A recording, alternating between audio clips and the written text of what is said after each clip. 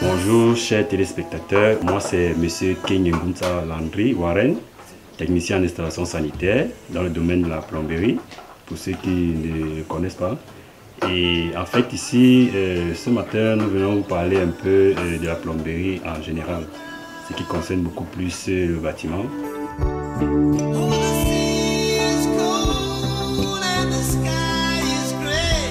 À l'école, on nous a toujours dit que le plombier c'est celui qui colle les tuyaux. Mais sinon, en langage technique, on parle d'installateur sanitaire.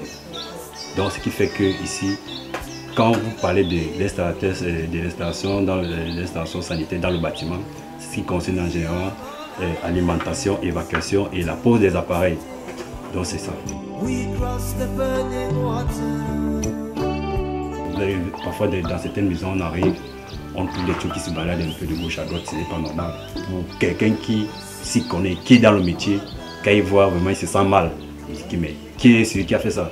Mais généralement, certains clients disent que non, c'est parce qu'il faut absolument qu'il y ait l'eau. Non, le problème n'est pas forcément parce qu'il faut qu'il y ait l'eau dans la maison. Le problème aussi, c'est que c'est le travail et la qualité du travail qu'on vous fournit qui doit être vraiment meilleur. De telle sorte que si demain, je viens ici, je trouve que le travail était bien fait, je me dis, ah mais sinon, c'est qui a fait? Moi, je veux uniquement cette personne.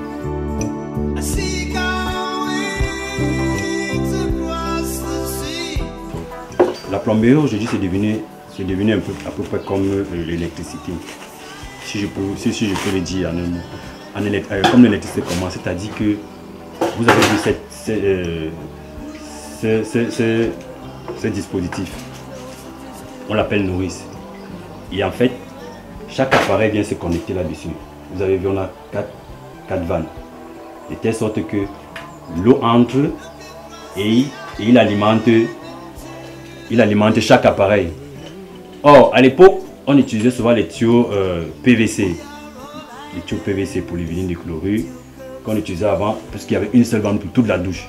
Donc c'était de telle sorte que si jamais mon WC se gâte, je suis obligé de fermer la vanne en attendant que le technicien vienne. Et s'il n'est pas là, vous faites comment? Vous serez privé. Or, maintenant, la nouvelle technologie qui est arrivée, en installant dans cette nourrice, ça fait en sorte que si votre WC se gâte, si vous n'avez pas les moyens maintenant pour tout de suite dépanner, vous partez tout simplement et vous fermez à ce niveau-là. En attendant que le technicien vienne. Et tous les autres appareils, vous pouvez les utiliser sans toutefois avoir aucun problème.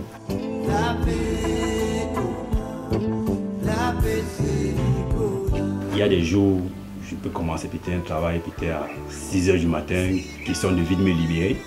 Parce que je ne fais pas seulement dans la plomberie, je fais aussi dans le domaine du sport qui est le tir à l'arc. Donc ce qui fait qu'aujourd'hui là c'est mon jour d'entraînement. Je suis venu très tôt aujourd'hui pour pouvoir avancer vite avec mon travail et mon heure va sonner et puis je vais m'en aller. Donc ce qui fait en sorte que les horaires, au moins je prends la peine de me concentrer convenablement sur la plomberie que je fais. Et pour ne pas dire que je vais passer du temps à ne rien faire en fait.